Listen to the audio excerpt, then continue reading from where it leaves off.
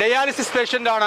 അദ്ദേഹത്തിന് വേണ്ടി ഒരു സംഭാവന നിങ്ങൾ നൽകണം, നിങ്ങളുടെ സന്മനസ് ഉദാരമനസ്കർ സഹായിക്കണമെന്നൊക്കെയുള്ള അത് കേട്ടാൽ തന്നെ കരൾ അലിഞ്ഞു പോകും. ആകെ കയ്യിലുള്ള വീട്ടിലേക്ക് പോകാൻ വെച്ച പണം പോലും എടുത്ത് ബക്കറ്റിലിട്ട് കൊടുക്കും.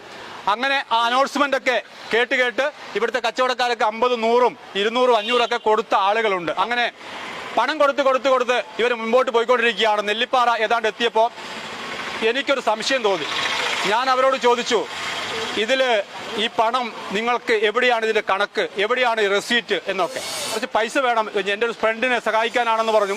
ഞാൻ ഫ്രണ്ട് എവിടെയാണ്? കൊട്ടിയൂർ ഭാഗത്താണെന്ന് പറഞ്ഞു. ഞാൻ മോൻ എന്താണ് ചെയ്യുന്നത്? ഞാൻ ഫോട്ടോഗ്രാഫറാണ്, കല്യാണത്തിന് പണിക്കൊക്കെ പോകാറുണ്ട്, എനിക്ക് സ്റ്റുഡിയോ ഉണ്ടെന്ന് പറഞ്ഞു കണിച്ചാറ് ഭാഗത്ത്. അപ്പോൾ ഞാൻ ചോദിച്ചു കണിച്ചാറ് എവിടെയാണ് സ്റ്റുഡിയോ എന്ന് ചോദിച്ചപ്പോൾ അവന് പറയാൻ പറ്റുന്നില്ല. അവസാനം എനിക്ക് മനസ്സിലായി അത് ഉടായിപ്പാണ്. അങ്ങനെ 2 സ്ത്രീകളെ സംസാരിച്ചു. ആ സ്ത്രീകളും ബക്കറ്റ് വിരുവായി നടക്കുകയാണ്. ആ സ്ത്രീകളോട് ചോദിച്ചപ്പോൾ ഞങ്ങൾ ഹോം നഴ്സിങ്ങിന് പോവുകയാണ്, ഇത് ആരുടെയാണ് സ്ഥാപനം എന്ന് ചോദിച്ചപ്പോൾ അത് അവർക്കറിയില്ല. അങ്ങനെ തുമ്പും പാലുമില്ലാതെ മറുപടി പറഞ്ഞപ്പോഴാണ് എനിക്ക് സംശയം തോന്നുന്നത്. നെല്ലിപ്പാറയിലെ ഓട്ടോ തൊഴിലാളികളും കച്ചവടക്കാരും അവരെ വളഞ്ഞു. അങ്ങനെ ആലക്കോട് പോലീസിനെ വിളിച്ച് പോലീസ് സ്റ്റേഷനിലേക്ക് ഈ കാറ് കൊണ്ടുപോയിരിക്കുകയാണ്. 3 ബക്കറ്റ് നിറയെ പണമുണ്ട്. ആ ബക്കറ്റിന് ഒരു പ്രത്യേകതയുണ്ട്, അതിന് മുകളിൽ ഒട്ടിച്ചു വെച്ചിരിക്കുകയാണ്. തുറക്കാനുള്ള അവകാശം ആ തൊഴിലാളികൾക്കില്ല. അവർക്ക് ദിവസക്കൂലി അടിസ്ഥാനത്തിൽ ജോലി ചെയ്യുന്ന തൊഴിലാളികളാണവർ. അവർക്ക് തുറക്കാനുള്ള അവകാശമില്ലത്രേ. അവർക്ക് ഡെയിലി കൂലിയാണ്. ഒരാൾ പ്ലംബിംഗ് പണിയെടുക്കുന്നു, മറ്റൊരാൾ ഫോട്ടോഗ്രാഫറാണെന്ന് പറയുന്നു, മറ്റുള്ള 2 യുവതികൾ അവർ ഹോം നഴ്സിങ്ങിന് പോകുന്ന ആളുകളാണെന്ന് പറയുന്നു.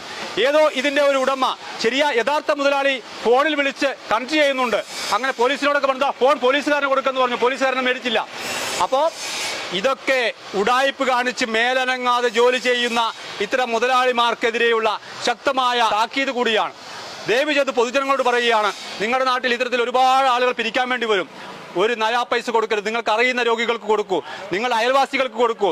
നിങ്ങൾക്കറിയാത്ത ഒരാൾക്കും 1 രൂപ പോലും കൊടുക്കരുത്. അങ്ങനെ കൊടുത്താൽ ഈ പണം എവിടെയും എത്തില്ല. ആ പണം കൊണ്ട് കൊടുക്കുന്ന പല കോടീശ്വരന്മാരും നമ്മുടെ നാട്ടിൽ ഉണ്ടാകുമെന്നുള്ളതാണ്. ഓരോ ദിവസവും ഇത്തരത്തിൽ വാർത്ത കൊടുക്കാറുണ്ട്. എന്നിട്ടും ആളുകൾ കൊടുത്തുകൊണ്ടേയിരിക്കും. പാവങ്ങളല്ലേ, ഒരു രോഗിയല്ലേ എന്ന് കരുതിയിട്ടാണ് കൊടുക്കുന്നത്. ഇത്തരത്തിൽ ഉടായിപ്പ് പ്രവർത്തനം നടത്തുന്ന ആളുകളോട് എനിക്ക് പറയാനുള്ളത്, നിങ്ങൾ ജീവിക്കുന്നത് ഈ കേരളത്തിലാണ്. ഒരു ദിവസം അല്ലെങ്കിൽ മറ്റൊരു ദിവസം നിങ്ങൾ പിടിക്കപ്പെടും. ഒരു സംശയവും അക്കാര്യത്തിൽ ആർക്കും വേണ്ട. ഇതൊന്നും നല്ലതിനല്ല. അതോടൊപ്പം ഒരു കാര്യം കൂടി ഞാൻ സൂചിപ്പിക്കുകയാണ്.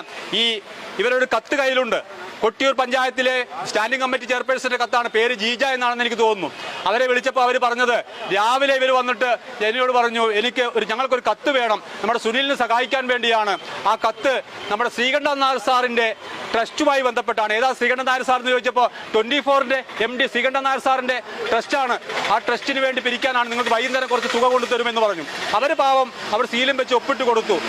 പക്ഷേ ഇത് ശ്രീകണ്ഠൻ നായർ സാറല്ല സാറേ എന്ന് പറയുന്ന ഏതോ ഒരു RSPയുടെ നേതാവാണ് പോലും, കൊല്ലംകാരൻ. ആ കൊല്ലംകാരന്റെ പേരിലുള്ള ഒരു ട്രസ്റ്റ്, പയ്യാവൂരുകാരനാണ് ഇതിന്റെ മുതലാളി പോലും.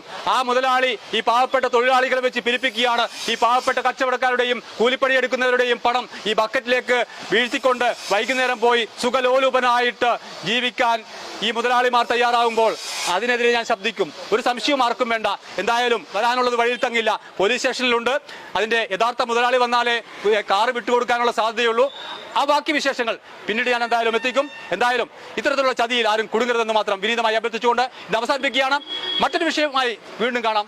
Good bye.